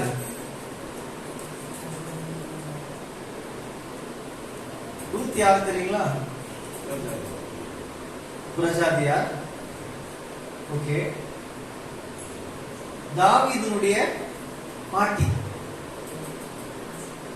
தாவீது ரூத்துடைய வம்சத்துல தான் பிறக்கிறார். தாவீதுடைய வம்சத்துல யார் பிறக்கிறது? யெஷுவா பிறக்கிறார். ஓகே, அப்போ மனுஷன் இந்த கனெக்ஷனை இழந்துட்டா இல்லையா? இந்த வாபன்ற கனெக்ஷன் இந்த தோல்தோத்துல இழந்து போயிட்டா.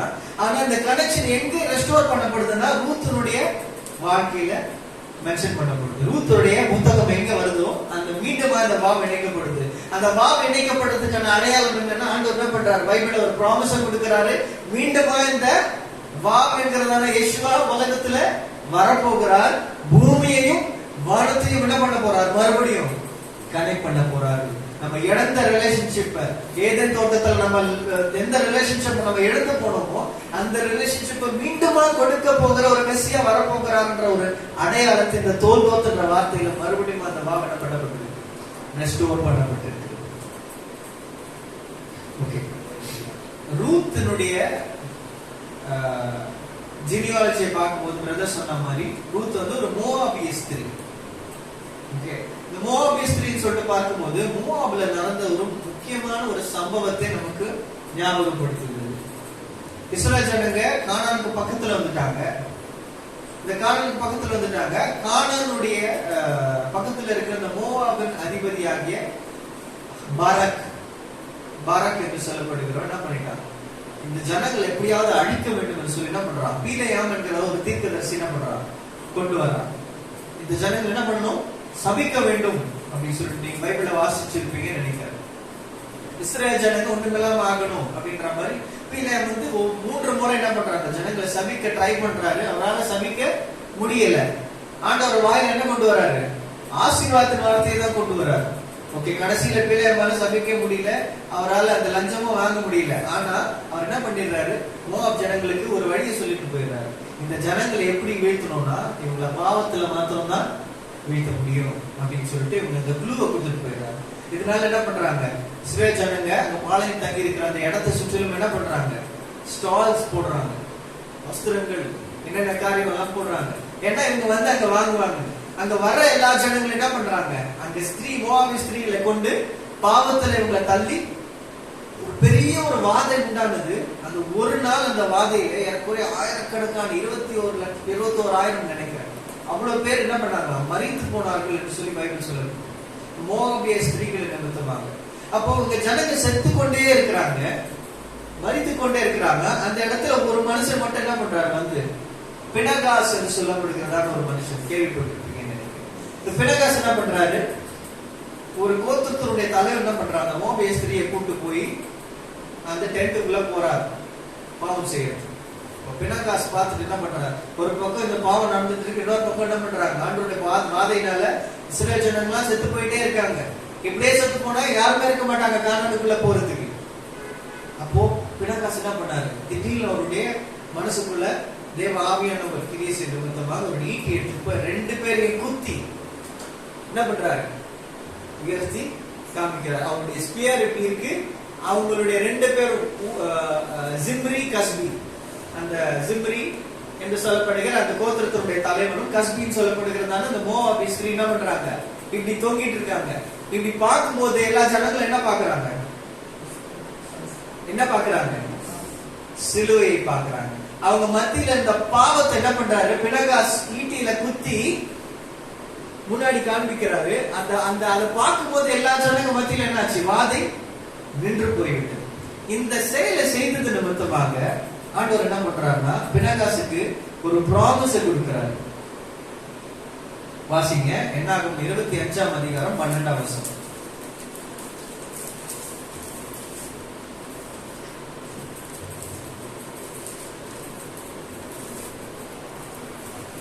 ஆகையால் இதோ அவனுக்கு என் சமாதானத்தின் உடன்படிக்கையை கட்டளையிடுகிறேன். ஆகையால் இதோ அவனுக்கு என் சமாதானத்தின் உடன்படிக்கையை கட்டளையிடுகிறேன். சமாதானம் என்ற வார்த்தையில அங்க என்ன வார்த்தை யூஸ் பண்ணப்பட்டிருக்கும்? எபிரேய மொழியில சமாதானம்ன்ற வார்த்தைக்கு என்ன வார்த்தை யூஸ் பண்ணப்பட்டிருக்கும்? ஷாலோம். கரெக்ட் தான், ஷாலோம். ஷாலோம். சோ அங்க கொடுக்கப்பட்டிருக்க அந்த ஷாலோம் என்ற வார்த்தைக்கு உண்டான எழுத்துக்கள் என்னது? 4 எழுத்து நம்ம பார்த்தோம். ஷீன், லாமெத், வாவ், அப்புறம் மெம். ஆனா பைபிள் எல்லா இடத்துல எங்கெல்லாம் சமாதான வார்த்தை வருதோ அந்த எல்லா இடங்களோட கம்பேர் பண்ணும்போது இந்த ஒரு இடத்துல வர்றதான வார்த்தைக்கு ஒரே ஒரு டிஃபரன்ஸ் இருக்கு. என்னன்னா அங்க கொடுக்கப்பட்டிருக்கிற வாவ் என்று சொல்லப்படுகிற கனெக்டிங் லெட்டர் இருக்கு இல்லையா, அது 2ஆக உடைக்கப்பட்டு இருக்கும். broken வாவ் என்று சொல்லுவாங்க. இன்றைக்கு இஸ்ரேல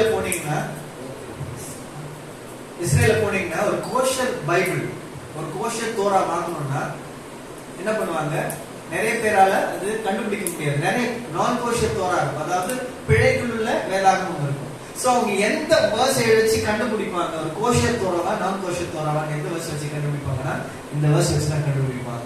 இவங்க இந்த ஷலோம் என்ற வார்த்தையை பார்க்கும்போது இங்க பாருங்க, இந்த லெட்டர் இருக்கு பாத்தீங்களா?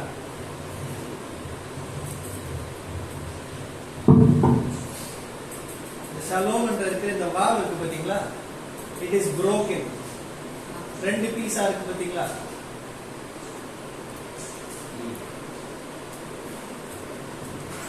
the vav is broken. So இந்த மாதிரி உடைக்கப்பட்ட வாவாக தான் அந்த வேதாகமத்தில் இருக்கும். இது எல்லாம் என்ன பெரிய விஷயம் அப்படின்னு பாத்தீங்கன்னா, பைபிள் எழுதப்படும் போது தோராவை காப்பி பண்ணும்போது ஒரு அந்த காலத்துல பிரிண்டர்லாம் கிடையாது. they have to copy it manually. scribes, அதாவது வேத பாரகர்கள் தோரா புக் வந்து லிட்டரலா உட்கார்ந்து ஒவ்வொரு எழுத்தையும் உட்கார்ந்து காப்பி பண்ணணும். அவங்க காப்பி பண்ணணும்னா அவங்களுக்கு ஏறக்குறைய 400 ரூல்ஸ் இருக்கு. ஒரு காப்பி பண்ணப்பட்ட தோரா கரெக்டா கோஷ தோராவா இருக்கணும்னா அவங்களுக்கு 400 ரூல்ஸ் இருக்கு. நிறைய ரூல்ஸ் இருக்கு. அப்படிப்பட்ட ரூல்ஸ்ல ஒரு ரூல் என்னன்னாக்கா, எழுதப்படுகிற ஒரு எழுத்து கூட என்ன பண்ணக்கூடாது? உடையக்கூடாது. உடையக்கூடாதுன்னா என்ன பண்ணக்கூடாது? இங்க் வந்து நடுவில் மிஸ் ஆகக்கூடாது. நம்ம பென்ல எழுதும் போது நிறைய வேலையில என்ன ஆகும்? இங்க் நடுவில் விட்டு வரும் இல்லையா? அந்த மாதிரி ஒரு எழுத்து இருந்தா கூட அந்த தோரா என்ன பண்ணிடுவாங்களா? நான் கோஷ தோரான்னு ரிஜெக்ட் பண்ணிடுவாங்க. ஆனா இந்த இடத்துல பர்பஸா இந்த எழுத்து என்ன பண்ணப்பட்டிருக்கு? உடைக்கப்பட்டு கொடுக்கப்பட்டிருக்கு. இதுக்கான ரீசன் என்ன அப்படின்னு பார்க்கும்போது, பினகாசுக்கு உன்னோடு கூட நான் நித்திய உடன்படிக்கை பண்ணுகிறேன் யேசுவா சொல்லும் பொழுது அந்த நித்திய உடன்படிக்கை சொல்லப்படுகிற அந்த ஷலோமுக்குள்ள என்ன இருக்கு? broken wow. நீ உயர்த்தி காண்பித்த பத்தியா அந்த சிலுவை, இந்த சிலுவையில அந்த பாவத்தை கண்டு ஜனங்க என்ன பண்ணாங்க? தங்களுடைய பாவத்தை நிறுத்தினாங்க. இதே மாதிரி சம்பவம் என்னோட நடந்தது மோசே மூலமாக. ஜனங்க பாவத்தை முறுமுறுத்த நிமித்தமாக கொள்ளுவாய் சர்ப்பம் உங்களை கடித்ததுன்னு பார்க்கணும். அப்போ ஒரு வெண்கல சர்ப்பத்தை கோலினால உயர்த்த சொல்றாரு. அந்த சர்ப்பத்தை பார்த்த உடனே அவங்க பாவம் என்ன ஆச்சு? நின்று போச்சு. இதையாவது ஆண்டவர் இப்படி செய்ய சொல்லி மோசேக்கு கட்டளை எடுக்கிறார். ஆனா பினகாசுக்கு அந்த மாதிரி கட்டளை எதுவும் கொடுக்கப்படல. பினகாசு இந்த காரியத்தை செய்த நிமித்தமாக அந்த பாவம் என்ன ஆச்சு? நின்று போச்சு. இந்த வெளிப்பாடை பினகாஸ் பெற்றது நிமித்தமாக யேசு என்ன சொல்றாரு? உன்னோடு கூட நான் என்னுடைய நித்திய உடன்படிக்கையாக இந்த ஷலோமை நான் ஏற்படுத்துவேன். அந்த நித்திய உடன்படிக்கைக்குள்ள யார் இருக்கிறா தெரியுமா? இது வரைக்கும் எந்த வாவ் மிஸ் ஆனதோ, தோத்துல முதல்ல ஆணவம் பூமி உண்டாக்கப்பட்ட அந்த சரித்திரத்தில் கொடுக்கப்பட்ட அந்த வார்த்தை, அதுல மிஸ் ஆன வாவ் மறுபடியும் என்ன பண்ண போகிறது? ரெஸ்டோர் ஆக போகுது. வெறும் ரெஸ்டோர் ஆக போறது மாத்திரமல்ல, அந்த வாவ் என்ன பண்ண போகுது? உடைக்கப்பட போகிறது. பினகாசு அங்க ஈட்டினால குத்துனது அதனுடைய அடையாளம் என்னன்னா, யெஷுவா இரண்டாக உடைக்கப்பட போகிறார். யெஷுவா மனுஷனுடைய பாவத்துக்காக அவர் உடைக்கப்பட போகிறார் என்றதான அடையாளத்தை வெளிப்படுத்துகிறதா இருக்கிறது. நம்ம வேதத்துல ஒரு வசனத்தை வாசிப்போம். ஏசாயா தீர்க்கதரிசன புத்தகத்துல அவர் சொல்றாரு, நம்முடைய மீறுதல்கள் நிமித்தம் அவர் காயப்பட்டார், நம்முடைய அக்கிரமங்கள் நிமித்தம் அவர் நொறுக்கப்பட்டார். நல்லா கவனிச்சுக்கோங்க. நமக்கு சமாதானத்தை உண்டு பண்ணும், நமக்கு ஷலோமை உண்டு பண்ணும் ஆக்கினை அவர் மேல் வந்தது. அப்போ இந்த பூமியில ஷலோமை மறுபடியும் கொண்டு வரணும்னா, ஏதேன் தோட்டத்தில் அவங்க மிஸ் பண்ணதான அந்த ஷலோமை திரும்ப கொண்டு வரணும்னா அவர் என்ன பண்ணணும்? உடைக்கப்பட வேண்டும். மெசியா உடைக்கப்பட வேண்டும். இந்த வாவ் என்ன பண்ணணும்? has to be broken. இந்த வாவ் உடைக்கப்பட வேண்டும் என்பது ஏசாயா தீர்க்கதரிசி என்ன பண்றாரு? அடையாளமா சொல்றாரு. சொல்லுறது புரியுதுங்களா? புரியுதா?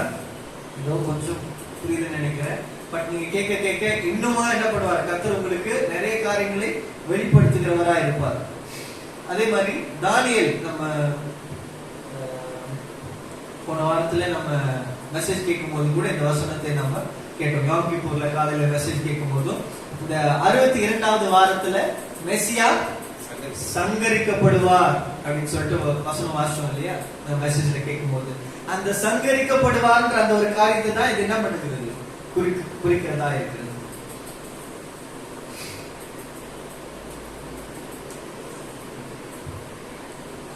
ஏன் ரூத் நிமித்தமாக ஏன் இது சரி செய்ய வேண்டும் என்று சொல்லி பார்க்கும்போது, இஸ்ரேல் ஜனங்களை ஃபுல்லா அழிக்கிறதுக்கு யார் முயற்சி செஞ்சது? மோவாபிய ஸ்திரீகள். இந்த ஸ்திரீகள் நிமித்தமாக எந்த பாவம் வந்ததோ, இதே மோவாபில இருந்து ஒரு ஸ்திரீ வந்ததை என்ன பண்றா? அந்த பாவத்துக்கான நிவர்த்தியை செய்கிறார். தன்னுடைய நீதியை நிமித்தமாக மோவாசுக்கு என்ன பண்றாங்க? மனைவியாய் மாறுகிறாள். இவளுடைய நீதி நிமித்தமாக ஆண்டவர் என்ன பண்றாரு? மெசியாவை அவருடைய சந்ததியில் என்ன பண்றாரு? கொடுக்கிறவரா இருக்கிறார்.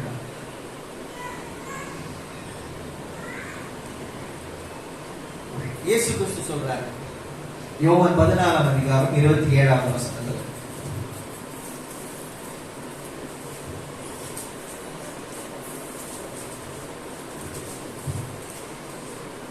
யோவான் 14:27, சமாதானத்தை உங்களுக்கு வைத்து போகிறேன். சமாதானத்தை உங்களுக்கு வைத்து போகிறேன், என்னுடைய சமாதானத்தையே உங்களுக்கு கொடுக்கிறேன். நல்லா கவனிக்கணும். இந்த உலகத்துல நிறைய சமாதானம் இருக்கு. பிரதர், சிஸ்டர், தம்பி, தங்கச்சி, நிறைய சமாதானம் இருக்கு. கொஞ்ச நேரம் டெம்பரரி சொல்யூஷன்ஸ். என்னென்ன சமாதானம் இருக்கு? கொஞ்ச நேரம் மூவி பார்க்கலாம், கொஞ்ச நேரம் வீடியோ கேம் ப்ளே பண்ணலாம், கொஞ்ச நேரம் சாங்ஸ் கேட்கலாம், கொஞ்ச நேரம் யார் கூட சாட் பண்ணலாம். இந்த மாதிரி டெம்பரரி சொல்யூஷன்ஸ் எல்லாமே நிறைய இருக்கிறது. இதெல்லாம் பாத்தீங்கன்னா நமக்கு அந்த மோமெண்ட், அந்த கொஞ்ச நேரம் தான் நமக்கு என்ன பண்ணும்? ரிலாக்ஸேஷன் கொடுக்கும். அது முடிச்ச பிறகு we will be back to our own problems. உன்னுடைய பிரச்சனையிலிருந்தும் உன்னுடைய எல்லா போராட்டத்திலிருந்தும் கர்த்தர் மாத்திரமே, யெஷுவா மாத்திரமே என்ன பண்ண முடியும்? உனக்கு சமாதானத்தையும் விடுதலையும் கொடுக்க முடியும். உலகத்தில் இருக்கிற ஒவ்வொரு மனுஷனுக்கும் சரி, there is nobody in this world without a problem. உலகத்துல குறைவில்லாமல் ஒரு மனுஷனும் கிடையாது. ஒரு குழந்தையை கேட்டா கூட அந்த குழந்தை கூட என்ன இருக்கு? ஏகப்பட்ட பிரச்சனைகள், குழப்பங்கள், ப்ராப்ளம்ஸ் இருக்கு. ஆனா இந்த எல்லா பிரச்சனைகளிலிருந்தும் ஒரே ஒரு விடுதலை, ஒரே ஒரு சான்ஸ் தான் இருக்கு. அந்த சான்ஸ் என்னது? யெஷுவா மாத்திரமே. யெஷுவா மாத்திரமே. என்ன சொல்றாரு அவரு? சமாதானத்தை உங்களுக்கு நான் வைத்து போகிறேன், என்னுடைய சமாதானத்தை உங்களுக்கு கொடுக்கிறேன். உலகம் கொடுக்கிற பிரகாரம் நான் உங்களுக்கு கொடுப்பதில்லை. உங்கள் இருதயம் கலங்காமலும் பயப்படாமலும் இருப்பதாக. யெஷுவா கொடுக்கிற சமாதானத்தினுடைய விளைவு என்ன பாத்தீங்கன்னா, நம்முடைய இருதயம் கலங்காது, பயப்படாது. நம்முடைய இருதயம் கலங்காது, பயப்படாது. யெஷுவாவுடைய சமாதானம். இயேசுவை தன்னுடைய வாழ்க்கையில சொந்த ரட்சகராய் கொண்டவர், யெஷுவாவை தன்னுடைய துணையாக கொண்ட ஒரு மனுஷன். தன் வாழ்க்கையில பிரச்சனை வரும். யெஷுவா சொல்லியிருக்காரு, உலகத்துல உங்களுக்கு உபத்திரவம் உண்டுன்னு சொல்லியிருக்காரு. He did not promise us a very, safe path, a path of roses, bed of roses. அப்போ ரோஜாக்கள் மேல நடப்புன்னு ஆண்டவர் சொல்லவே இல்லை. உலகத்துல கண்டிப்பா ஒருத்தர் உண்டு, ஆனா didn't call I have broken everything. இந்த உலகத்துல இருக்க எல்லா பிரச்சனையும் உடைச்சிட்டேன், நீ என் கைக்குள்ள இருக்கிற, என்னுடைய கருத்துக்குள்ள இருக்கிற. இஸ்ரேல் ஜனங்க வனாந்தரத்துல தான் நடந்து போனாங்க. வெளியில இருந்து பாக்குறதுக்கு உங்களுக்கு என்ன இருந்தது? ஜனங்களுக்கு ஐயோ வனாந்தரத்துல இருக்காங்களே, வனாந்தரத்துல சாப்பாடு கிடையாது, தண்ணி கிடையாது, ஒரு செடி கிடையாது, எதுவுமே கிடையாது. ஒரு மனுஷன் ஒரு நாள் கூட உயிர் வாழ முடியாது வனாந்தரத்துல. ஆனா இந்த ஜனங்க எத்தனை நாள் இருந்தாங்க? 40 வருஷம். இவங்க ஏதாவது கஷ்டப்பட்டாங்களா? கிடையவே கிடையாது. உங்க வாழ்க்கையை யோசிச்சு பாத்தீங்கன்னா பகல் எல்லாம் என்னது உங்களுக்கு? மேக ஸ்தம்பம். இன்னைக்கு நம்ம வார்த்தையில சொல்லணும்னாக்கா ஏசி. குளு குளு குளுன்னு சொல்லிட்டு சுத்தி எல்லாம் வெயில் இருக்கு, ஆனா ஆண்டவர் என்ன பண்ணிருக்காரு? ஏசிக்குள்ள வச்சிருக்காரு. நைட் ஆனா என்ன ஆகுது? குளிருது. அக்கினி ஸ்தம்பம், ஹீட்டர் போட்டு வச்சிருக்காரு வனாந்தரத்துல. உங்களுக்கு தனி ஒரு ப்ரொடெக்ஷன். நடந்து போறாங்க 40 வருஷம். நம்ம ஒரு செப்பல் வாங்கினாக்க என்ன ஆயிடுது? ஒரு மாசம் கூட நிக்க மாட்டேங்குது. உங்க வஸ்திரம் பழமை ஆகல, இந்த செருப்பு என்ன பண்ணல? தேங்கி போல. அப்படின்னா ஆண்டவர் என்ன பண்றாரு? அவரை கையில தூக்கிட்டு போறாரு. நீங்க நடக்கிறீங்கன்னா நீங்க யோசிச்சுட்டு இருக்கீங்க, ஆனா ஆண்டவர் என்ன பண்றாரு? நீ நடக்கலப்பா, நீ எங்க இருக்க? கையில இருக்க. இன்னைக்கு நிறைய வேலை நம்ம யோசிக்கிறோம். ஐயோ எனக்கு நிறைய பிரச்சனை, நான் இவ்வளவு ஃபேஸ் பண்ணணுமா, என்னால இது தாங்க முடியல, ஆண்டவர் ஏன் என்ன இப்படி விட்டுட்டாருன்னு சொல்லிட்டு. ஆனா ஆண்டவர் பார்த்து சொல்றது என்ன தெரியுமா? பிரச்சனை நீ ஃபேஸ் பண்ணல, உனக்காக எல்லா பிரச்சனைகளும் நான் எதிர்கொள்ளுகிறவனா, நீ என்னுடைய கரத்துக்குள்ள அடங்கி இருக்கிறவனா இருக்கிறார். God is carrying us every day. அருமையான என்னுடைய தேவ பிள்ளைகளே, இன்றைக்கு நம்ம நம்முடைய வாழ்க்கையை இயேசுவுக்கு என்று அர்ப்பணித்தோமோ, அன்றையிலிருந்து கர்த்தர் என்ன பண்ணிருக்கார்? நமக்கு இந்த நித்திய உடன்படிக்கையாக இந்த ஷாலோமை நம்ம வாழ்க்கையில ஏற்படுத்தியிருக்கிறார். எல்லாவற்றையும் மேற்கொள்ளுகிறதான ஷாலோம். இந்த உலகம் கொடுக்கிற பிரகாரமான ஷாலோம் அல்ல. உலகத்தாரால இந்த ஷாலோமை புரிஞ்சு கொள்ளவே முடியாது. ஏன் இந்த ஜனங்க ஏன் இவ்வளவு சந்தோஷமா இருக்கிறாங்க? இவங்களுக்குள்ள பிரச்சனை வந்து நிறைய பேர் உங்களுக்கு அகைன்ஸ்டா இருக்காங்க. ஏன் ஆனாலும் யெஷுவாவை விட மாட்டேங்கிறாங்கன்னா ரீசன் இதுதான்.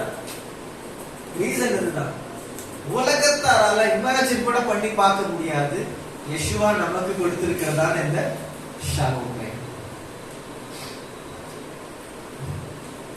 ஓகே, இன்னொரு வசனம் வாசிப்போம். பிலிப்பியர் 4ஆம் அதிகாரம் 7ஆம் வசனம்.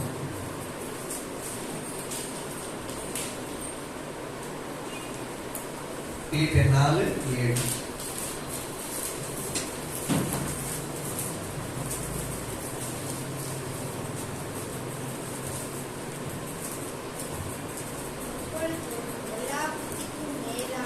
அப்பொழுது எல்லா புத்திக்கும் மேலான தேவ சமாதானம் இருதயங்களையும் சிந்தனைகளையும்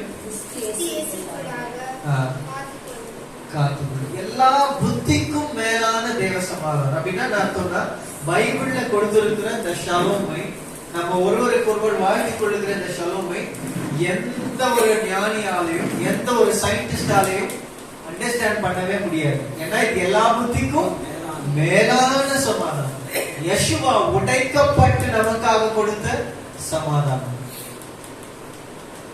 யெஷுவா சொல்றாருல, வேற எந்த ஷலோமும் நான் கொடுக்கல, என்னுடைய ஷலோமை நான் உங்களுக்கு கொடுக்கிறேன். ஷலோமி என்று சொல்லி வார்த்தை இருக்கு, கேள்விப்பட்டிருக்கீங்களா? நிறைய பேர் வச்சிருப்பாங்க ஷலோமி. ஷலோமின்னு சொல்லும் போது என்னுடைய சமாதானம். யாருடைய சமாதானம்? யெஷுவாவுடைய சமாதானம். அப்ப அந்த ஷலோமியை நமக்கு யெஷுவா கொடுத்திருக்கிறார். அவருடைய சொந்த ஷலோமை. அவர் இந்த ஷலோமை நமக்கு கொடுப்பதற்காக, அவர் இந்த நல்ல ஒரு வாழ்க்கையை, இந்த நம்பிக்கையுள்ள ஒரு வாழ்க்கையை, இந்த சமாதானம் நிறைந்த அன்பு நிறைந்த ஒரு வாழ்க்கையை நம்ம கொடுப்பதற்காக அவர் என்ன மேற்கொள்ள வேண்டியதா இருந்தது? அவர் உடைக்கப்பட வேண்டியதா இருந்தது.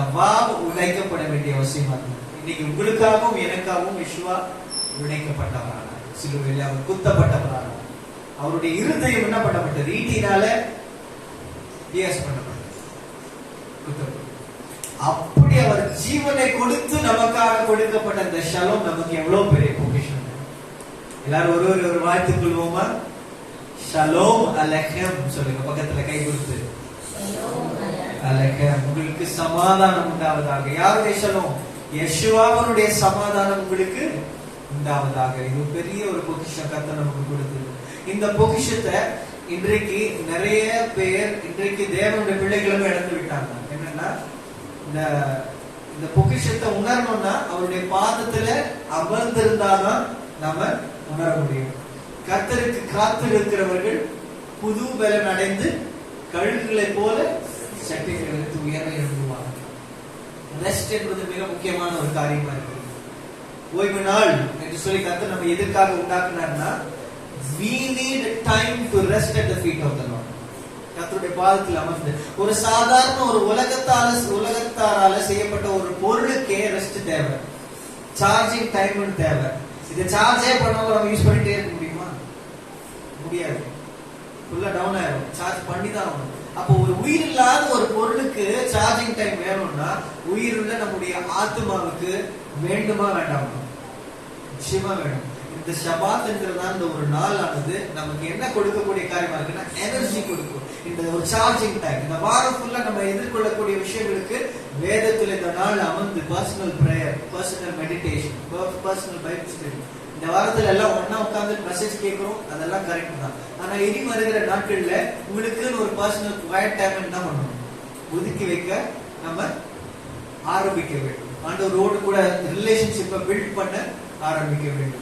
Personal meditating time, personal prayer time ஆண்டவரோடு கூட நம்ம செய்யும் போது இந்த உறவுல நம்ம என்ன பண்ணுவோம்? இன்னும் பலப்படுவோம். இன்னும் கொஞ்சம் கொஞ்சமா ஸ்ட்ராங் ஆகும். மெசியாவுக்குள்ள ஸ்ட்ராங் ஆகும். அவருடைய ஷலோம் நமக்கு வாழ்க்கையில இன்னும் அதிகமாக மாறும். கர்த்தர் இந்த வசனங்களை ஆசீர்வதிப்பாராக. உங்கள் எல்லாருக்கும் ஷபாத் ஷலோம். தேவனுடைய எல்லா புத்திக்கும் மேலான சமாதானம் நம்முடைய இருதயங்களையும் நம்முடைய சிந்தைகளையும் ஆழக்கடவுள். ஆமென்.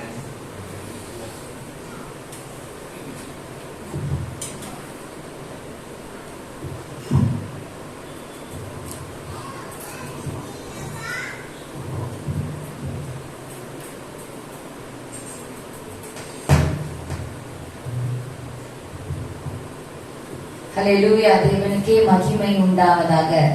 அருமையான கர்த்தருடைய வார்த்தையை தியானித்தோம். ஷலோம் என்பதற்கான அர்த்தத்தை வேதத்தின் மூலமாக நாம் தெரிந்து கொண்டோம். ஹல்லேலூயா. நாம் ஒருவருக்கு எழுந்திருந்து இந்த வேலையில ஷலோம் நம்மிடத்திலே தங்கும்படியாக நம்மிடத்தில் இருந்தும் தேவன் நமக்கு அவருடைய சமாதானத்தை, யெஷுவா ஹமஷியா அவருடைய சமாதானத்தை நமக்கு தந்திருக்கிறார். ஆமென். ஹல்லேலூயா. அந்த சமாதானம் நம்மிடத்திலிருந்து பிறரிடத்திற்கும் மற்ற ஜனத்தாருக்கும் அது பகிரப்பட வேண்டும் என்பதற்காகவே மற்றவர்களையும் சமாதானத்தை கூறி வாழ்த்தும்படியாக சொல்லியிருக்கிறார். ஹல்லேலூயா. ஆகவே கண்களை மூடி ஒருவருக்கு ஒருவர் இந்த வேலையில நமக்காக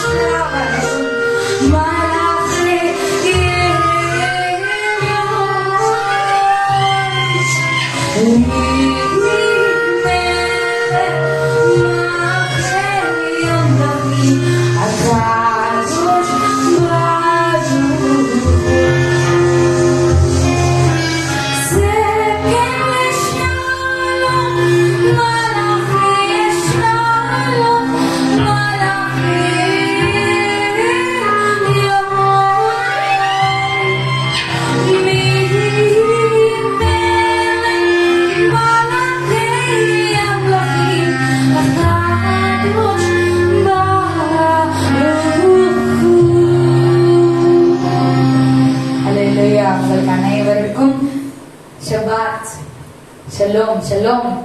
அலைக்கும் கண்களை மூடி எங்கள் அன்பின் தகப்பனே, பரலோகத்தின் பிதாவாகிய தேவனே, பிதாவின் வலது பாசத்தில் வீட்டிருக்கிற எங்களை யெகோவா மகாராஜாவே, உடைய சமாதானத்தை எங்களுக்கு வைத்திருக்கிறீர்.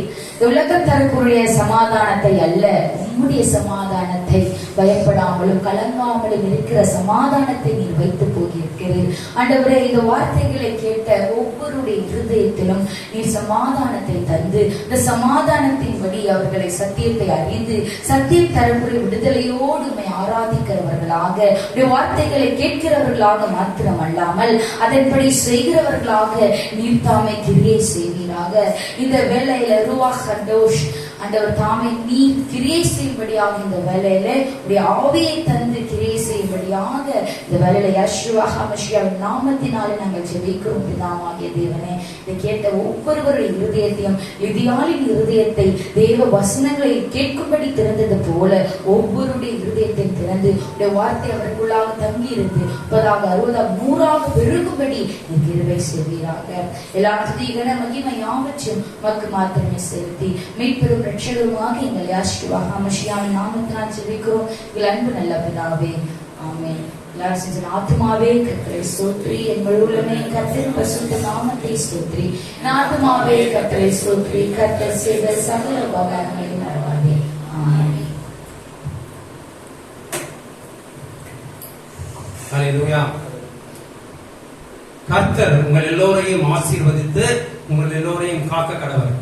கர்த்தர் தம்முடைய முகத்தை உங்கள் எல்லோர் மேலும் பிரகாசிக்க செய்து உங்கள் எல்லோருக்கும் கிருபையாக இருக்க கடவர். கர்த்தர் தம்முடைய முகத்தை உங்கள் எல்லோர் மேலும் பிரசன்னமாக்கி உங்கள் எல்லோருக்கும் சமாதானம் கட்டளையிட கடவர். ஆமென். ஹல்லேலூயா. எல்லாருக்கும் இன்னொரு முறை ஷபாத் ஷலோம்.